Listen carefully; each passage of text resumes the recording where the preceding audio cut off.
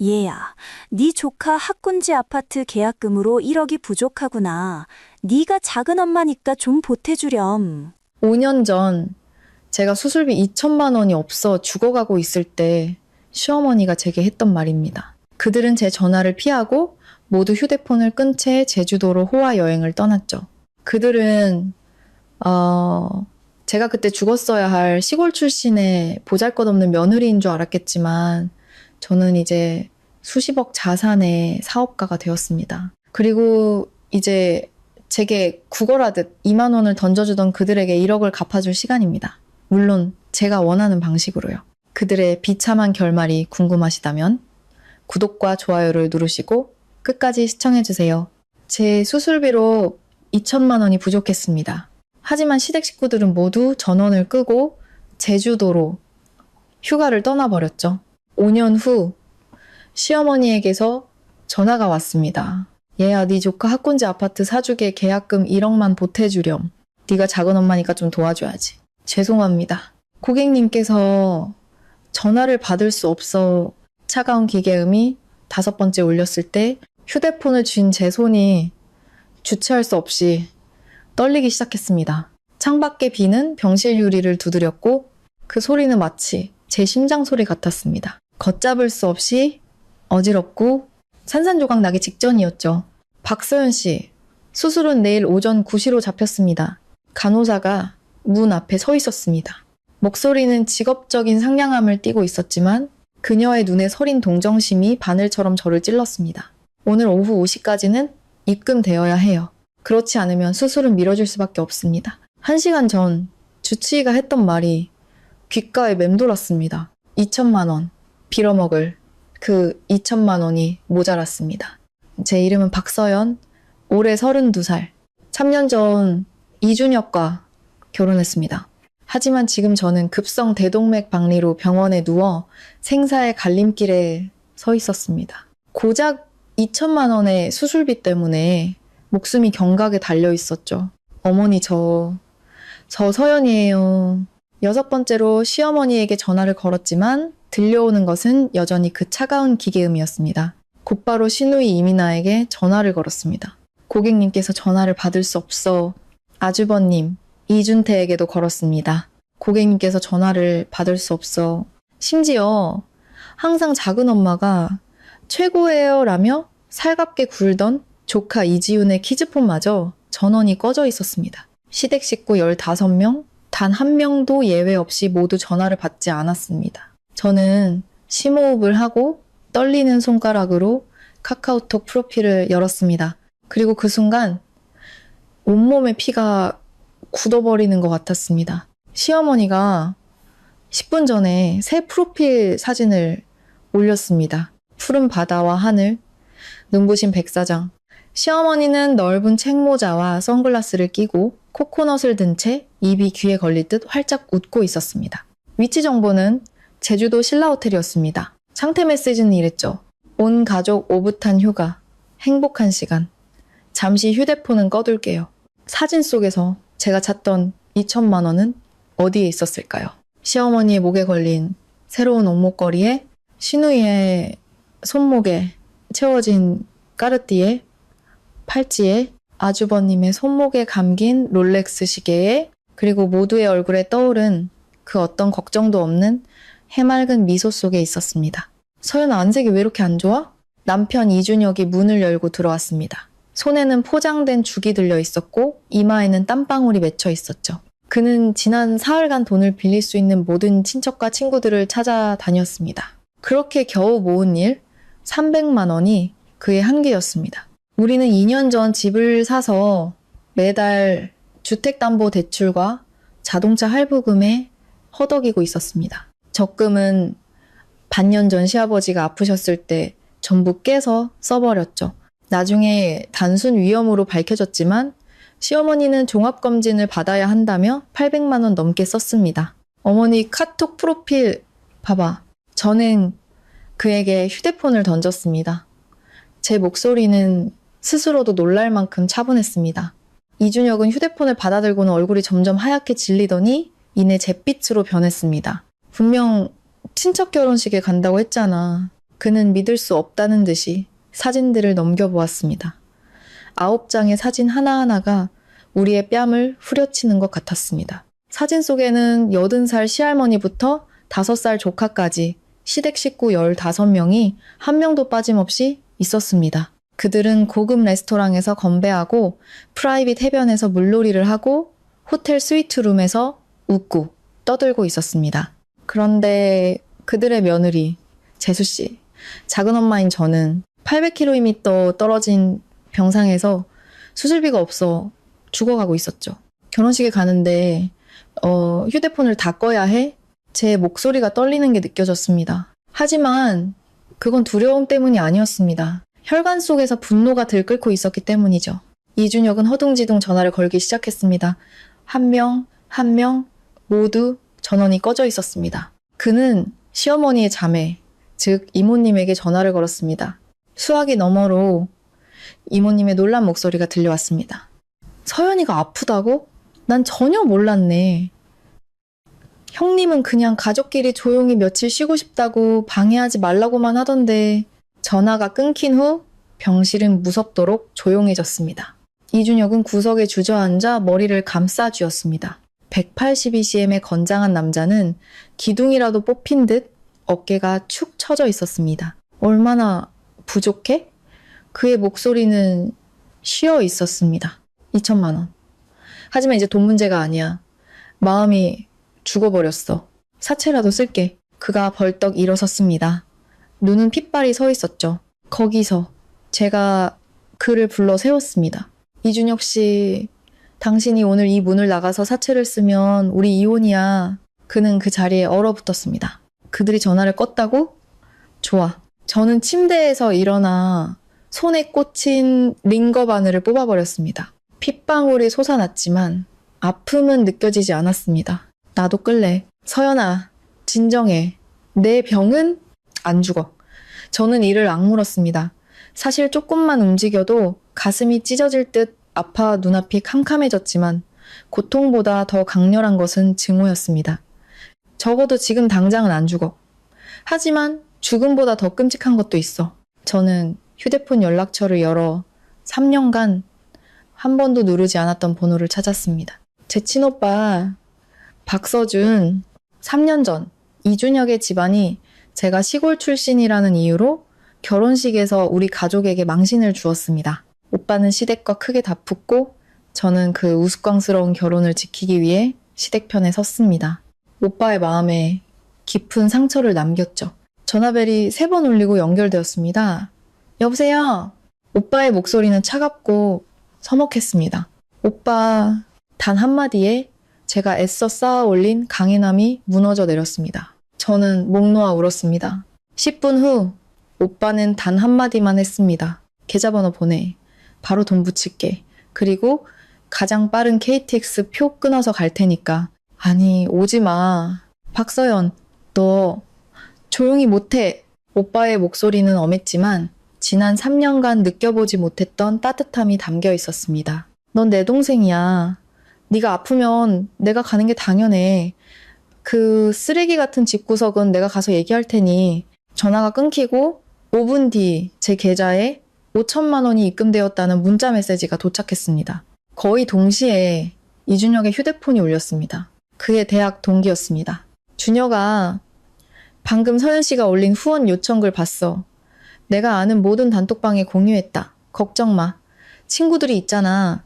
저는 멍하니 이준혁을 쳐다봤습니다. 그는 씁쓸하게 웃었습니다. 네가 잠들었을 때 내가 진단서랑 병원비 내역서 찍어서 올렸어.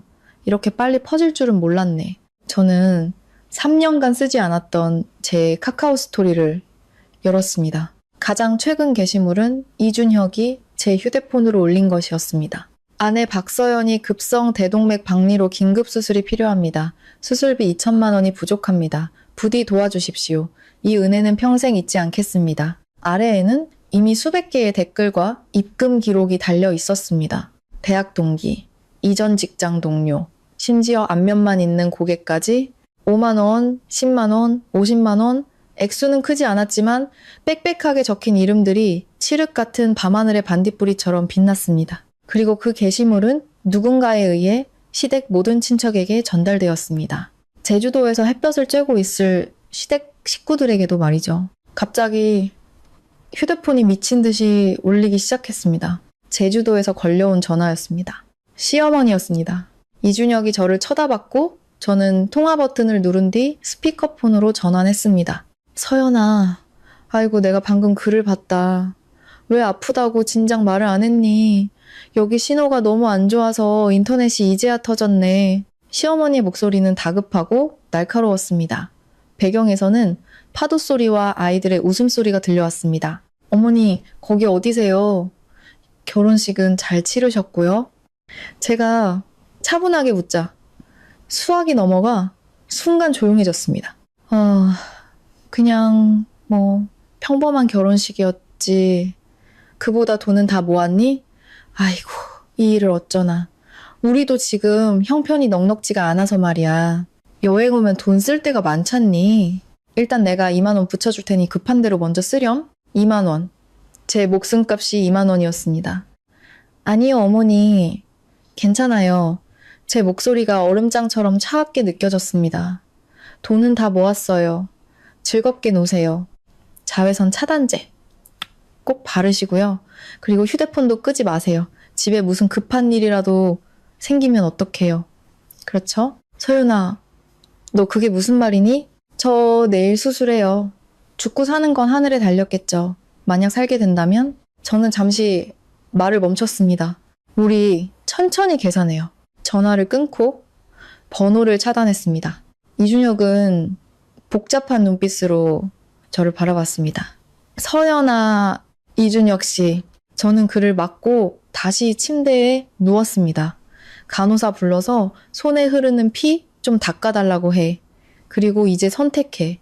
그들이야. 나야? 그는 입을 열었지만 말을 잇지 못했습니다. 그때 다시 시어머니에게서 전화가 걸려왔습니다. 그는 제 휴대폰을 들더니 시댁 식구들의 번호를 하나씩 모두 차단 목록에 추가했습니다. 그리고 제 손을 잡았습니다.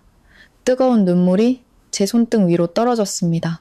나는 당신만 선택해. 창밖에 비는 여전히 내리고 있었지만 저는 알 수 있었습니다.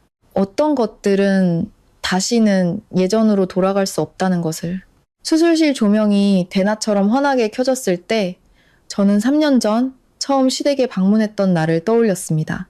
시어머니는 가죽 소파에 앉아 일어나지도 않고 눈꺼풀만 살짝 들어 올렸습니다. 시골 출신이라고?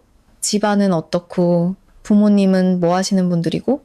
그때 저는 석 달치 월급을 모아 산 명품 원피스를 입고 정성껏 고른 선물을 들고 있었습니다. 하지만 마치 시장에 팔려나온 가축처럼 값을 매기는 시선에 온몸이 움츠러들었습니다. 어머니, 서연이는 명문대 졸업하고 지금 회사에서 프로젝트 매니저로 일하고 있어요.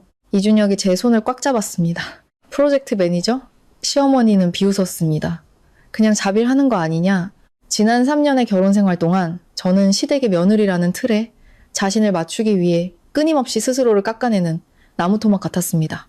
시어머니가 여자는 가정이 우선이라고 해서 승진 기회를 포기했습니다. 시누이가 새언니는 센스가 너무 없어라고 해서 제게 어울리지도 않는 비싼 옷을 사 입었습니다. 아주버님 네 식구들이 매주 저녁을 먹으러 올 때마다 아무리 피곤해도 팔첩반상을 차렸습니다. 그렇게 해서 제가 얻은 거는 무엇이었을까요? 수술비 2천만 원이 부족할 때 그들이 제주도에서 햇볕을 쬐며 제 전화를 외면한 것이었습니다. 마취 기운이 퍼지며 의식이 흐려지기 전 저는 스스로에게 다짐했습니다. 박서연, 여기서 죽거나 아니면 다른 방식으로 살거나 다시 눈을 떴을 때 코를 찌르는 소독약 냄새 사이로 고소한 죽 냄새가 섞여 들어왔습니다. 깼어. 오빠의 목소리였습니다. 그는 침대 옆에 앉아 있었습니다. 눈 밑은 쪼텄고 수염도 깎지 못한 모습이었습니다. 손에는 보온병이 들려 있었죠. 오빠, 목이 쉬어 소리가 잘 나오지 않았습니다. 움직이지 마. 그가 저를 눌렀지만 손길은 부드러웠습니다. 수술은 잘 됐어. 의사 선생님이 반나절만 늦었어도 손 쓸 수 없었을 거래. 그는 죽을 한 숟가락 떠서 제 입가로 가져왔습니다. 푹 퍼진 흰죽. 어릴 적 제가 아플 때 오빠가 항상 끓여주던 맛이었습니다. 부모님은 걱정하실까봐 아직 말씀 안 드렸어. 너 괜찮아지면 그때 얘기하려고. 저는 따뜻한 죽을 삼켰습니다. 뱃속도 마음도 조금은 따뜻해졌습니다. 돈은 나중에 꼭 갚을게. 탁! 오빠가 숟가락을 보온병에 내려놓으며 얼굴을 굳혔습니다. 박서연, 너 그런 소리 한 번만 더 해봐. 나 그냥 가버릴 테니까. 저는 입을 다물었습니다.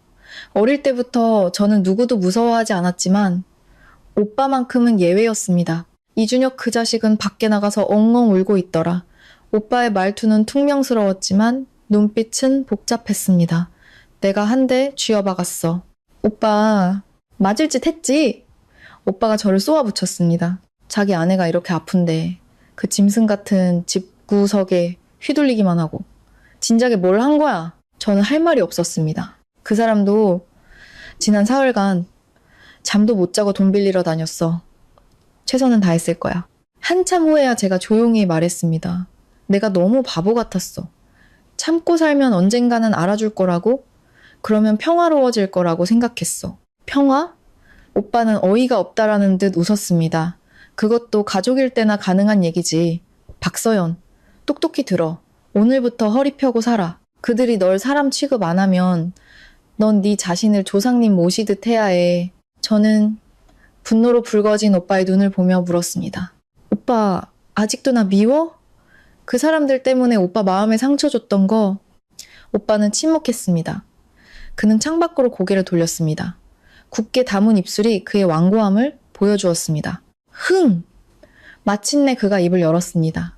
목소리는 낮고 쉬어 있었죠. 네가 멍청한 게 밉고 네 자신을 아끼지 않은 게 미웠지. 하지만 아무리 멍청해도 넌 내 동생이야. 제 눈에서 눈물이 터져 나왔습니다.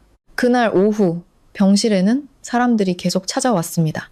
대학 동기인 유진이는 과일 바구니를 들고 와서는 문을 열자마자 이준혁의 집안을 욕했습니다. 그 인간들, 내가 단톡방에서 얘기 듣고 얼마나 화가 났는지 몰라. 서연아, 걱정 마. 내가 변호사인 우리 남편한테 다 얘기해놨어.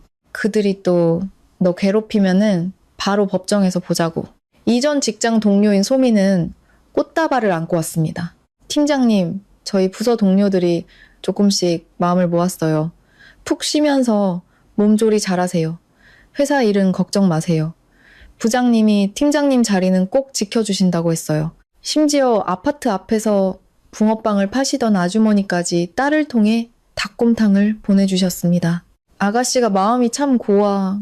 항상 붕어빵 사면서 잔돈은 괜찮다고 했는데 착한 사람은 복 받아야지. 이준혁은 구석에 보이지 않는 사람처럼 움츠러들어 있었습니다. 사람들이 그의 가족을 욕할 때마다 그의 어깨는 더욱 움츠러들었습니다. 저녁이 되어 사람들이 모두 돌아가고 오빠도 호텔로 쉬러 갔습니다. 떠나기 전 오빠는 이준혁의 어깨를 툭 치며 말했습니다. 내 동생, 잘 부탁한다. 얘한테 또 상처 주면 네 다리 하나는 각오해. 병실에 우리 둘만 남았습니다. 오랜 침묵 끝에 이준혁이 쿵 소리를 내며 제 침대 앞에 무릎을 꿇었습니다. 서연아, 미안해. 그는 고개를 깊이 숙인 채 어깨를 떨었습니다. 내가 너무 한심했어. 널 지켜주지 못했어. 저는 그를 일으켜주지 않았습니다. 고통 때문에 모든 감각이 유난히 예민해져 있었습니다. 그의 억눌린 울음소리, 그의 머리에 새로 돋아난 흰머리 몇 가닥까지 선명하게 보였습니다. 이준혁 씨 일어나. 제가 말했지만 그는 움직이지 않았습니다. 일어나라고 했어. 제가 목소리를 높이자 가슴에 통증이 느껴졌습니다. 그는 그제야 허둥지둥 일어섰습니다. 그의 얼굴은 눈물 범벅이었습니다. 한때 제가 첫눈에 반했던 남자는 지금 너무나도 초라해 보였습니다. 우는 게 무슨 소용이야. 당신 어머니가 카톡 프로필을 바꿨을 때 내 기분이 어땠을 것 같아? 당신네 가족들이 제주도에서 건배하고 있을 때 나는 내일 아침 해를 볼 수 있을까 걱정했어.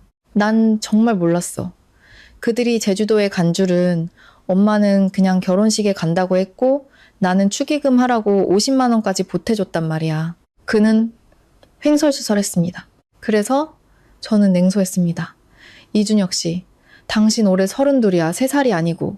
당신 어머니가 하는 말은 뭐든 다 믿어? 지난 3년간 당신 어머니가 날 무시하고 당신 누나가 날 괴롭히고 당신 형네 식구들이 우리 집에 와서 공짜 밥만 먹고 갈 때 당신은 몰랐어? 아니, 모른 척 했겠지.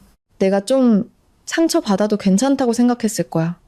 어차피 나는 착한 아내니까. 그의 얼굴은 새하얗게 질려 마치 발가 벗겨진 채 눈밭에 서 있는 것 같았습니다. 아니야. 이제 와서 그게 무슨 상관이야. 저는 지쳐서 눈을 감았습니다.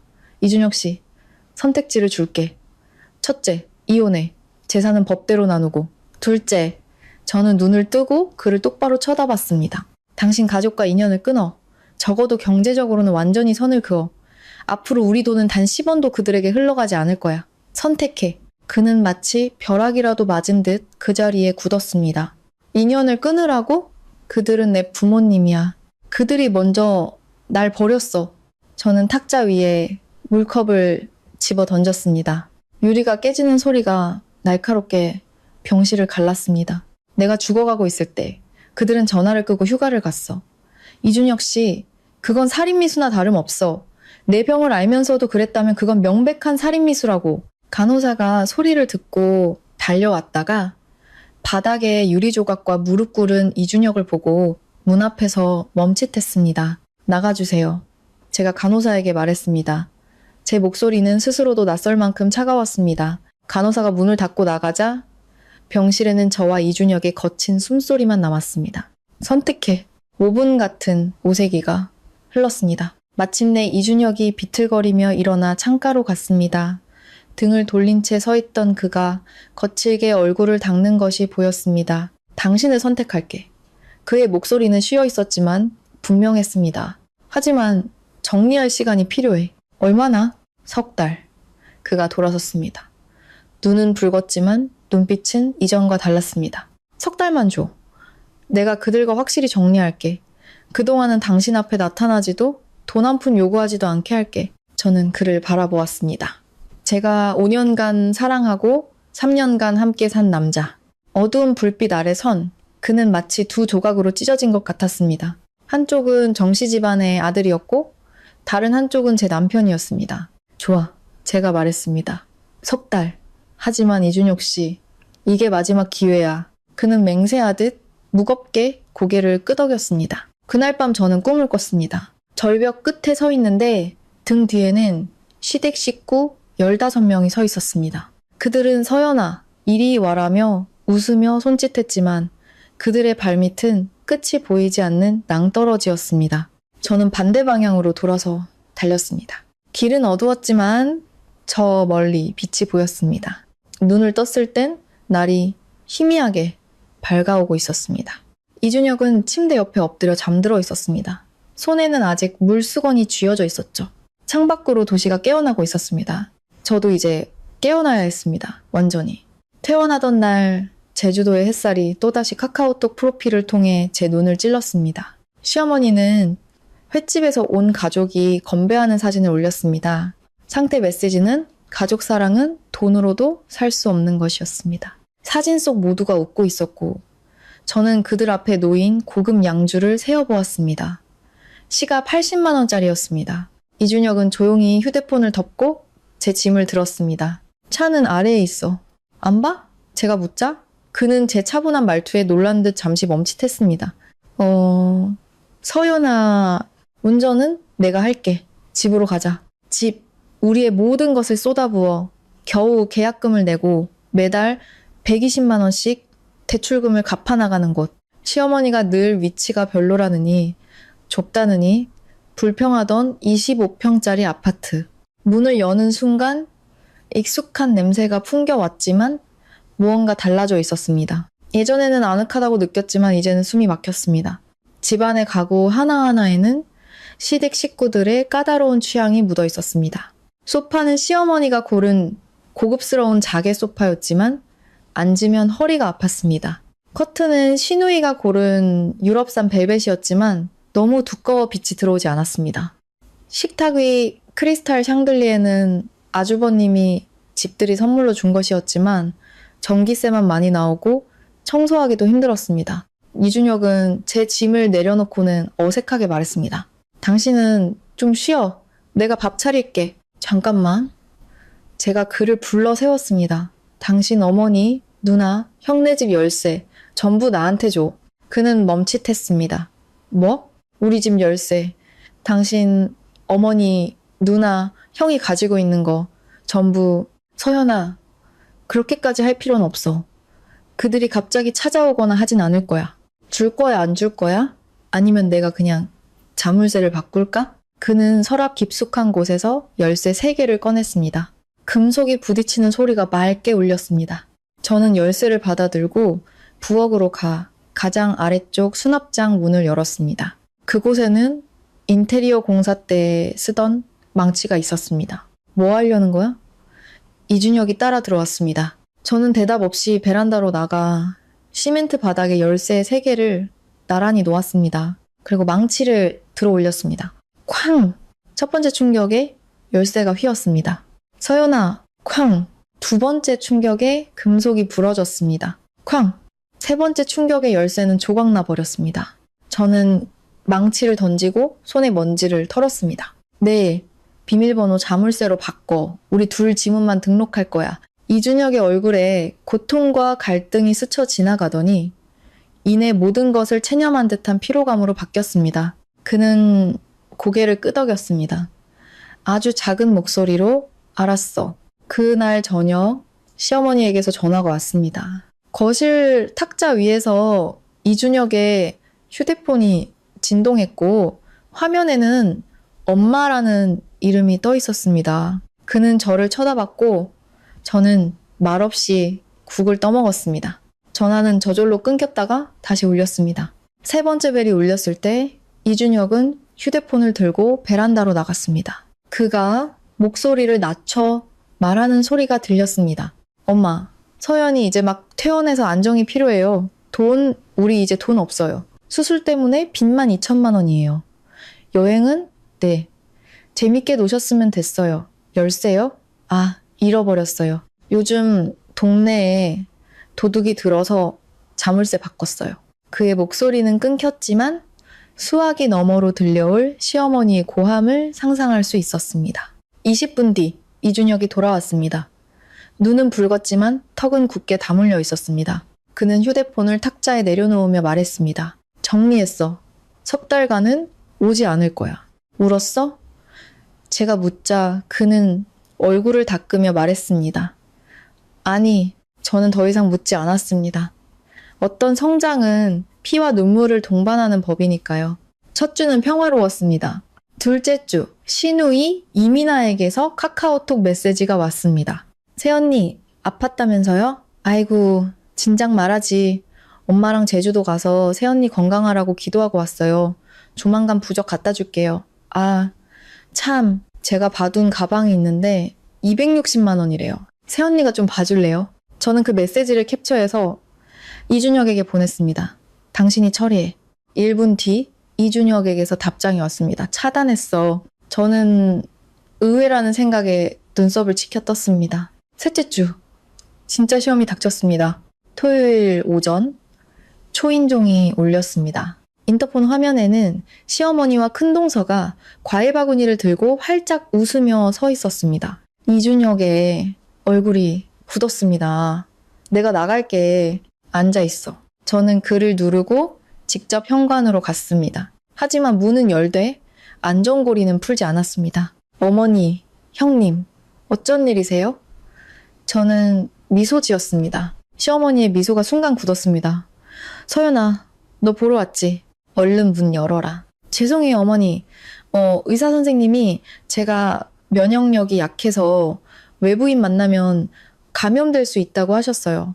바구니는 문 앞에 두고 가시면 제가 나중에 챙길게요. 큰동서가 끼어들었습니다. 아이고, 가족끼리 무슨 외부인이야. 서연이 너 얼굴이 반쪽이 됐네. 어머니가 너 주려고 닭백숙 푹 고아 오셨는데 정말 안 돼요. 제가 가로막았습니다. 목소리는 여전히 상냥했지만 문을 잡은 손에는 힘이 들어가 있었습니다. 준혁아, 엄마 왔다. 인사도 안 할 거니? 이준혁이 제 등 뒤로 왔었습니다. 그의 몸이 굳어 있는 게 느껴졌습니다. 엄마, 형수님. 그의 목소리는 메마르고 어색했습니다. 준혁아, 네 아내 좀 봐라. 우리를 문 밖에 세워두는 게 말이 되니? 시어머니의 목소리가 날카로워졌습니다. 엄마, 서연이는 안정이 필요해요. 이준혁이 말하며 제 허리에 가볍게 손을 올렸습니다. 저를 지지하는 자세였습니다. 그냥 돌아가세요. 나중에 괜찮아지면 그때 봬요. 이준혁, 내가 네 엄마야.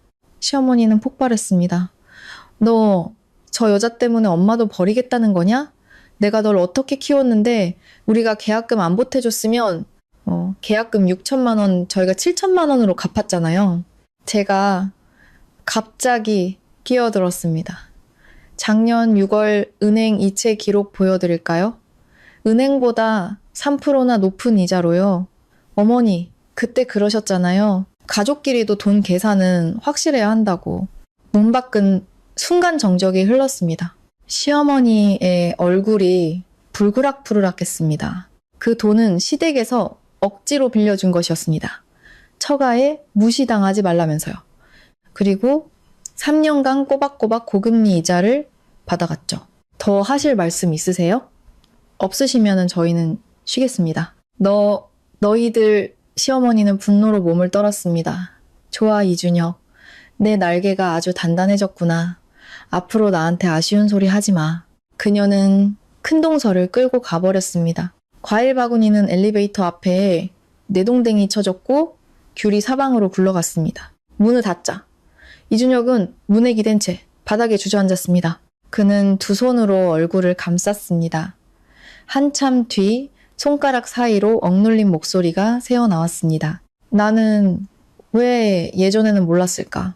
그들이 이렇게 뻔뻔하다는 걸 제가 그의 옆에 앉으며 말했습니다. 하지만 바보는 당신뿐만이 아니었어. 나도 그랬으니까. 참고 양보하면 존중받을 수 있을 거라고. 진심을 다하면 언젠가 알아줄 거라고 믿었으니까. 휴대폰이 진동했습니다. 오빠였습니다. 그 할망구 같다며? 내가 갈까? 해결했어. 내 동생 이제 천하무적이야. 오빠는 엄지 이모티콘을 보냈습니다. 그날 밤 이준혁은 악몽을 꿨습니다. 꿈속에서 엄마, 제발 저 좀 그만 괴롭히세요라고 울부짖었습니다.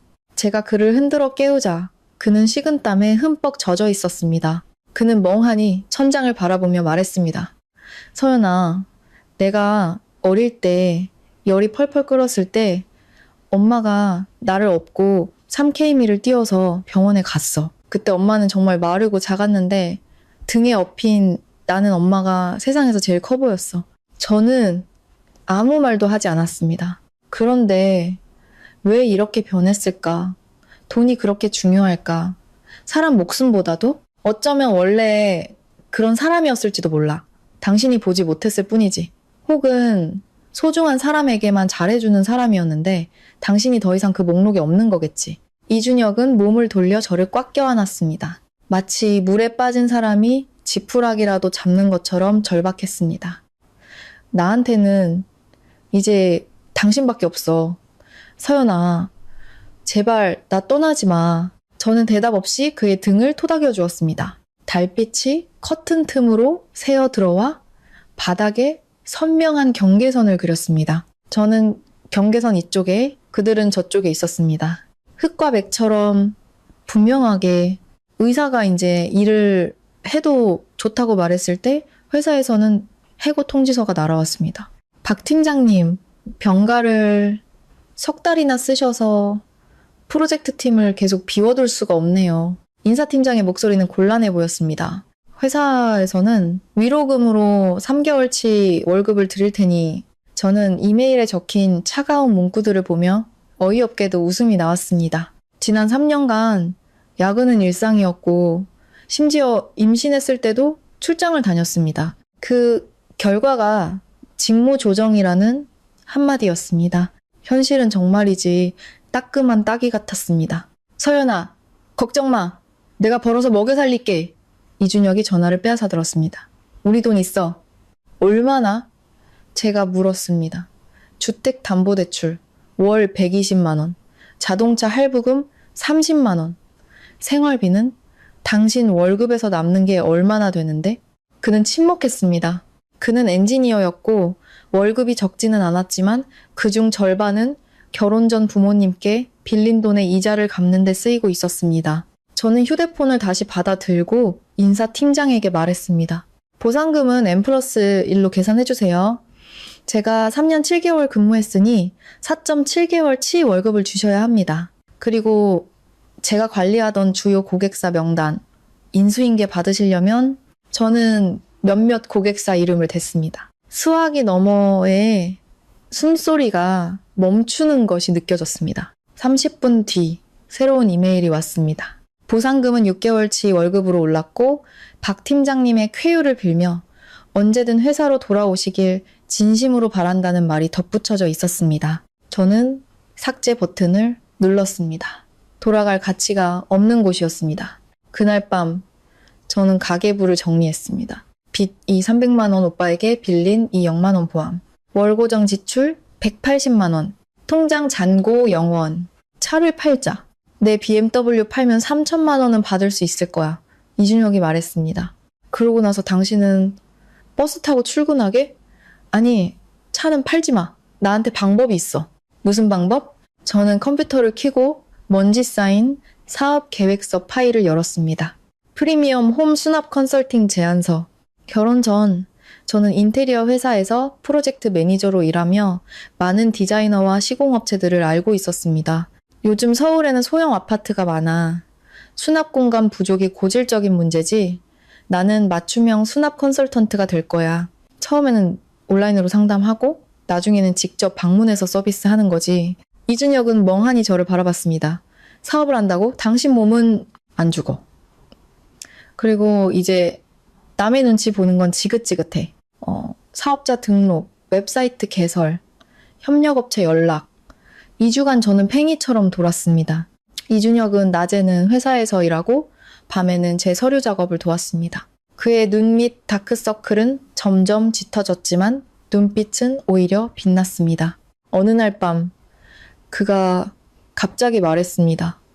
서연아, 당신 집중하는 모습 진짜 멋있다. 키보드를 두드리던 제 손이 잠시 멈췄습니다. 이런 칭찬을 들어본 지가 얼마만인지. 시댁에서 제 가치는 음식 잘하고 성격 무르고 다루기 쉬운 정도였습니다. 아부 떨지 말고 이 견적서나 확인해줘. 저는 서류를 그에게 밀었지만 입꼬리는 저도 모르게 올라가고 있었습니다. 첫 번째 일은 의외의 곳에서 들어왔습니다.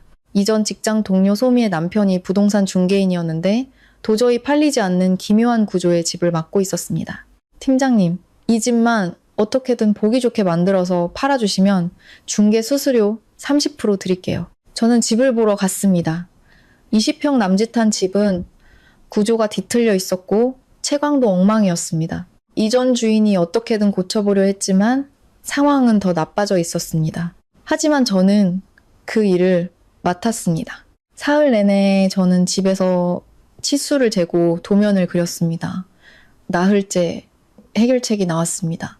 내력벽이 아닌 벽을 허물고 거울과 밝은 색 마감재로 공간을 넓어 보이게 만들었습니다. 그리고 자투리 공간에는 맞춤형 가구를 제작해 수납 문제를 해결했습니다. 집주인은 제 제안서를 보고 그 자리에서 계약했습니다. 한 달 뒤 집은 완전히 새로운 모습으로 탈바꿈했습니다. 소미의 남편이 고객을 데려왔고 바로 다음날 집은 팔렸습니다.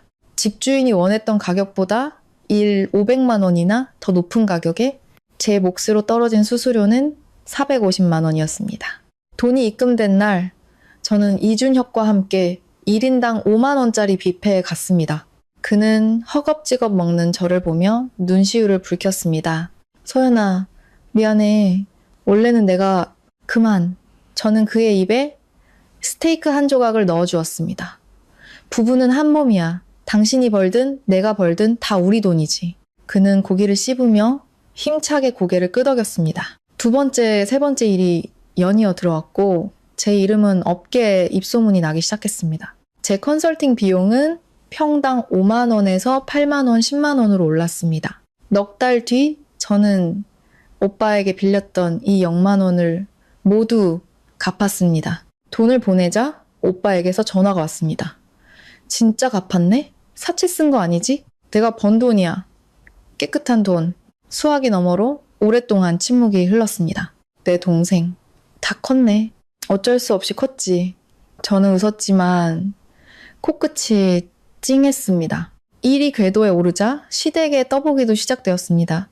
시아버지가 넘어져 다리를 다쳤다며 이준혁에게 수술비 300만 원을 요구했습니다. 이준혁이 병원에 확인해보니 단순 타박상이었습니다. 다음에는 조카 지훈이가 영재 학원에 등록해야 한다며 연간 200만 원을 보내달라고 했습니다.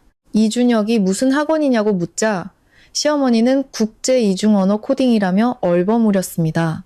가장 지독했던 거는 시어머니가 지인을 통해 건강검진에서 종양이 의심된다며 정밀검사비 0만 원을 보내달라고 한 것이었습니다. 그 말에 이준혁은 폭발했습니다. 그는 부모님 댁으로 달려가 서류 한 뭉치를 탁자 위에 내던졌습니다. 지난 3년간의 이체 내역이었습니다. 총액은 600만 원이었습니다. 엄마, 이게 제가 그동안 들인 돈이에요. 그는 핏발 선눈으로 말했습니다. 서연이가 아플 때 저는 빚만이 0만 원을 졌는데 엄마는 단돈 10원도 보태주지 않으셨죠. 이제 저는 빚도 갚아야 하고 제 가정도 꾸려야 해요. 저 이제 돈 한 푼도 없어요. 시어머니는 그 자리에서 드러누워 아내한테 홀려 부모도 모르는 놈이라며 소리를 질렀습니다. 이준혁은 싸우지 않았습니다. 그는 조용히 서류를 챙겨들고 문 앞에서 뒤돌아 말했습니다. 엄마, 건강 잘 챙기세요. 돈 필요하시면 형이랑 누나한테 달라고 하세요. 그들이 엄마의 자랑이잖아요. 저는 아니니까. 그가 돌아와줬을 때 손에는 상자 하나가 들려 있었습니다. 그의 어린 시절 상장, 앨범, 장난감들이었습니다. 이제 정말 끝났어. 그가 씁쓸하게 웃었습니다. 그날 밤 우리는 그 상자를 태웠습니다. 불꽃이 그의 얼굴을 비췄습니다. 평온하면서도 단호한 표정이었습니다. 그때 제 휴대폰이 진동했습니다. 은행 메시지였습니다. 고객님의 계좌에 500만 원이 입금되었습니다. 보낸 사람, 오빠 사업 자금. 저는 이준혁을 보았습니다. 그는 타오르는 불꽃을 묵묵히 바라보고 있었습니다. 준혁 씨, 우리 아이 가질까? 그가 확 돌아보았습니다. 그의 눈에 불꽃과 제 얼굴이 비쳤습니다. 하지만 당신 몸은 의사 선생님이 괜찮대. 완전히 회복했다고. 저는 다가가 그의 손을 잡았습니다. 대단한 가문을 잇기 위해서가 아니라 그냥 우리 둘을 위해서. 그는 저를 꽉 껴안았습니다. 그의 팔이 미세하게 떨리고 있었습니다. 좋아. 하지만 약속해. 아들이든 딸이든 그들이 끼어들게 하지 않겠다고. 당연하지. 꿈도 못 꿀 거야. 불꽃이 사그라들고 제가 밤바람에 흩날렸습니다. 어떤 것들은 불타 없어졌지만 어떤 것들은 이제 막 자라나기 시작했습니다. 임신 사실은 오빠 외에는 아무에게도 알리지 않았습니다. 정말 괜찮겠어? 내 몸 이제 막 좋아졌는데 그 집에서는 4개월 됐어. 모든 게 안정적이야. 저는 살짝 부른 배를 쓰다듬었습니다. 그리고 그들은 몰라. 우리 이사했거든. 네, 이사했습니다. 이준혁은 연말 보너스와 제 수입을 합쳐 도시 남쪽에 작은 아파트를 얻었습니다. 그의 회사에서는 멀어졌지만 보안이 철저하고 이웃들은 모두 젊은 부부들이라 우리를 아는 사람이 없었습니다. 무엇보다 시댁과는 도시를 가로질러야 할 만큼 멀리 떨어져 있었습니다. 그들이 널 못 찾았다고? 찾았었지. 저는 웃었습니다. 전화도 하고 집에도 찾아오고 심지어 준혁 씨 회사에도 찾아왔었어. 하지만 그가 못을 박았어. 경제적 지원을 끊거나 아니면 법정에서 보자고 예전에 고금리 이자 받은 걸로 고소하겠다고 했거든. 시아버지는 그 충격으로 혈압이 올라 입원했고 시어머니는 병실 밖에서 여우 같은 년한테 홀렸다며 울부짖었습니다. 이준혁은 병원에 가서 보증금 200만 원을 내주고 모든 친척 앞에서 말했습니다. 아버지, 치료비는 제가 내겠습니다. 하지만 이게 마지막입니다. 앞으로 생로병사는 각자 알아서 합시다. 아주버님이 그를 때리려 했지만 보안 요원에게 끌려나갔습니다. 영상을 보던 오빠는 한참 말이 없다가 마침내 입을 열었습니다. 그 자식이 계속 그렇게 나오면 그 아이는 내 조카로 인정해주지. 전화를 끊고 창밖을 보니 새싹이 돋아나고 있었습니다. 봄이었습니다. 뱃속의 아이가 처음으로 움직였습니다. 작은 물고기가 공기 방울을 터뜨리는 것처럼 간질간질한 느낌이었습니다. 이준혁은 제 배에 귀를 대고 바보처럼 30분 동안 웃었습니다. 이름은 이선우. 어때? 밝을 선에 도울우. 딸이면 어떡해? 그럼 이선아, 아름다워라. 그는 눈을 반짝이며 말했습니다. 아들이든 딸이든 당신만 닮으면 다 좋아. 딸아이의 이름은 이민서로 지었습니다. 하늘민의 상서로울서. 민서가 태어나던 날, 그해 겨울에 첫눈이 내렸습니다. 새벽 3시, 온몸이 땀으로 흠뻑 젖었지만 저는 이를 악물고 소리를 내지 않았습니다. 이준혁은 제 손을 잡고 저보다 더 하얗게 질린 얼굴로 괜찮아 괜찮아만 반복했습니다. 분만실로 들어갈 때 저는 그의 손을 잡으며 말했습니다. 시댁에 알리지 마. 아무에게도 말 안 할게. 그 후 길고 긴 사투가 시작되었습니다. 저는 단 하나의 생각만 했습니다. 내 딸은 나처럼 억울하게 살게 하지 않겠다. 아기 머리 보여요. 힘주세요. 저는 마지막 힘을 다했고 이내 우렁찬 울음소리가 들렸습니다. 공주님이에요. 3.1kg. 아주 건강해요. 간호사가 붉고 작은 아기를 제게 보여주었습니다. 아기는 눈을 감고 작은 손을 허우적거리다가 제 손가락을 꽉 잡았습니다. 그 순간 모든 고통이 보상받는 기분이었습니다. 민서야. 이준혁은 제 베개 옆에 엎드려 아이처럼 울었습니다. 서연아, 우리에게 딸이 생겼어. 민서가 100일을 맞았을 때 제 스튜디오는 대형 오피스 빌딩의 전체 수납 컨설팅을 맡게 되었습니다. 저는 팀을 이끌고 3주간 밤낮 없이 일했고 마침내 계약을 따냈습니다. 회식 자리에서 클라이언트 회사의 대표가 제게 말했습니다. 박 대표님, 정말 대단하시네요. 그런데 이쪽 업계도 경쟁이 치열하다던데 제가 듣기로 천호 디자인이라는 회사도 이 사업에 뛰어들었다고 하더군요. 대표가 이준태 씨라던데 아시는 분입니까? 제 술잔이 공중에서 멈췄습니다. 이준태의 아주버님, 잘 모르는 분이네요. 그렇습니까? 그 사람 수단이 별로 깨끗하지 않다고 하니 조심하십시오. 그날 밤 저는 잠을 이루지 못했습니다. 기업 정보 사이트에서 아주버님의 회사를 검색해보니 반년 전 설립되어 있었고 사업 범위에는 홈 수납 컨설팅이 포함되어 있었습니다. 제가 시댁과 완전히 연을 끊었을 때였습니다. 이틀 뒤 이준혁이 낡은 집에서 가져왔다며 검은 비닐봉지를 식탁 위에 쏟아냈습니다. 봉지 안에는 제 스튜디오, 제가 고객과 만나는 모습, 심지어 보모가 민서를 안고 아파트 단지를 산책하는 모습까지 몰래 찍은 사진들이 가득했습니다. 아주버님이 사람을 시켜 당신을 미행했어. 어머니도 알고 계셨고. 그는 고통스럽게 머리를 감싸주었습니다. 변호사에게 물어봤는데 미행이나 몰래 찍은 사진만으로는 실질적인 위협이 없어서 고소하기가 어렵대. 그럼 그냥 당하고만 있으라고? 아니, 저는 단호하게 말했습니다. 그들이 여론전을 원한다면 그렇게 해줘야지. 저는 지난 3년간 겪었던 모든 부당한 일들을 기록해 두었습니다. 녹음 파일, 은행 거래 내역, 병원 기록까지. 사흘 뒤 수술비 2천만 원이 없어 죽어가던 며느리. 하지만 시댁은 전원 끄고 제주도 호화 여행. 지난 3년간의 결혼 생활 기록이라는 제목의 글이 구독자 100만 명을 보유한 5개의 채널에 동시에 올라갔습니다. 여론은 순식간에 뒤집혔습니다. 아주버님의 회사는 세무 문제와 표절 의혹까지 터져나오며 계약이 줄줄이 취소되었습니다.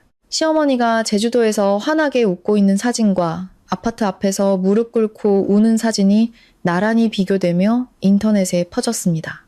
결국 아주버님은 공개 사과문을 올리고 명예훼손과 사업 손실에 대한 보상금으로 5천만 원을 보내왔습니다. 저는 그 돈을 전액 여성 및 아동보호재단에 기부했습니다. 그리고 5년이 흘렀습니다. 제 회사는 업계 최고가 되었고 이준혁은 외국계 기업으로 이직해 연봉이 2배로 올랐습니다. 우리는 강이 보이는 넓은 아파트로 이사했고 민서는 아빠 목에 올라타는 것을 좋아하는 사랑스러운 아이로 자랐습니다. 시댁 소식은 더 이상 들려오지 않았습니다. 마치 깊은 바닷속으로 가라앉은 돌멩이처럼요. 그러던 어느 날 오후 낯선 번호로 전화가 걸려왔습니다. 시어머니였습니다. 준혁아, 내 조카 지훈이 명문 중학교에 합격했는데 학군지 아파트가 있어야 한단다. 계약금으로 1억이 부족해. 네가 작은 아빠니까 좀 보태주렴. 저는 남편에게서 휴대폰을 넘겨받았습니다. 제 목소리는 스스로도 놀랄 만큼 차분했습니다. 어머니, 저 서연이에요. 수화기 너머에 울음소리가 뚝 그쳤습니다. 어머니, 잊으셨나 봐요. 5년 전 제가 수술비 2천만 원이 부족했을 때 저는 이미 정씨 집안 사람이 아니었는데요. 이 독한 것, 네가 우리 준혁이를. 어머니, 이준혁이 그녀의 말을 잘랐습니다. 그의 목소리는 차갑게 가라앉아 있었습니다. 서연이한테 막말하시려고 전화하신 거예요? 준혁아, 엄마는 지훈이가 우리 집안의 기둥인데 6천만 원. 너희한테는 푼돈이잖니? 푼돈이요? 제가 되물었습니다. 어머니, 제 수술비 2천만 원이 없어서 죽어가고 있을 때 어머니는 뭐라고 하셨죠? 집안마다 사정은 있는 법이니 알아서 하라고 하셨잖아요. 그러니 어머니도 알아서 하세요. 어머니, 제가 천천히 말을 이었습니다. 6천만 원 저희에게 있어요. 하지만 안 드릴 거예요. 단 10원도요. 그 돈으로 저희는 최근에 새 집을 샀고 우리 민서는 1년에 2천만 원짜리 국제유치원에 다녀요. 제 회사는 내년에 3억을 투자해서 확장할 계획이고요. 우리 돈은 차라리 불태워버릴지언정 어머니 댁에는 한 푼도 가지 않을 겁니다. 박서연, 너 천벌 받을 거야. 내 딸도. 어머니, 이준혁이 소리쳤습니다. 민서 이름 한 번만 더 입에 올리시면 아주버님 빚 제가 갚아줄 일은 영원히 없을 줄 아세요. 수화기 너머로 거친 숨소리만 들려왔습니다. 그리고 이제 전화하지 마세요. 각자 갈 길 가는 게 우리가 서로에게 해줄 수 있는 마지막 예의입니다. 그는 전화를 끊고 번호를 차단했습니다. 모든 동작이 수천 번은 연습한 것처럼 자연스러웠습니다. 아빠, 민서가 레고로 만든 성을 들고 달려왔습니다. 누가 울었어요? 이준혁은 딸을 안아들었습니다. 모르는 할머니가 전화를 잘못 거셨어. 아, 민서가 고개를 끄덕이더니 저를 보며 말했습니다. 엄마, 내가 엄마랑 아빠 살성을 만들었어요. 정말? 엄마 방도 있어? 네. 제일 크고 예쁜 방이 엄마 방이에요. 민서는 팔을 벌려 우리를 꼭 껴안았습니다. 아빠랑 엄마가 나를 사랑하고 내가 아빠랑 엄마를 사랑하는 게 세상에서 제일 강한 마법이래요.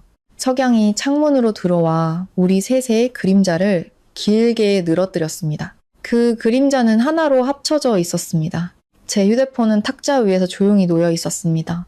다시는 울리지 말아야 할 사람들을 위해 울리지 않을 겁니다.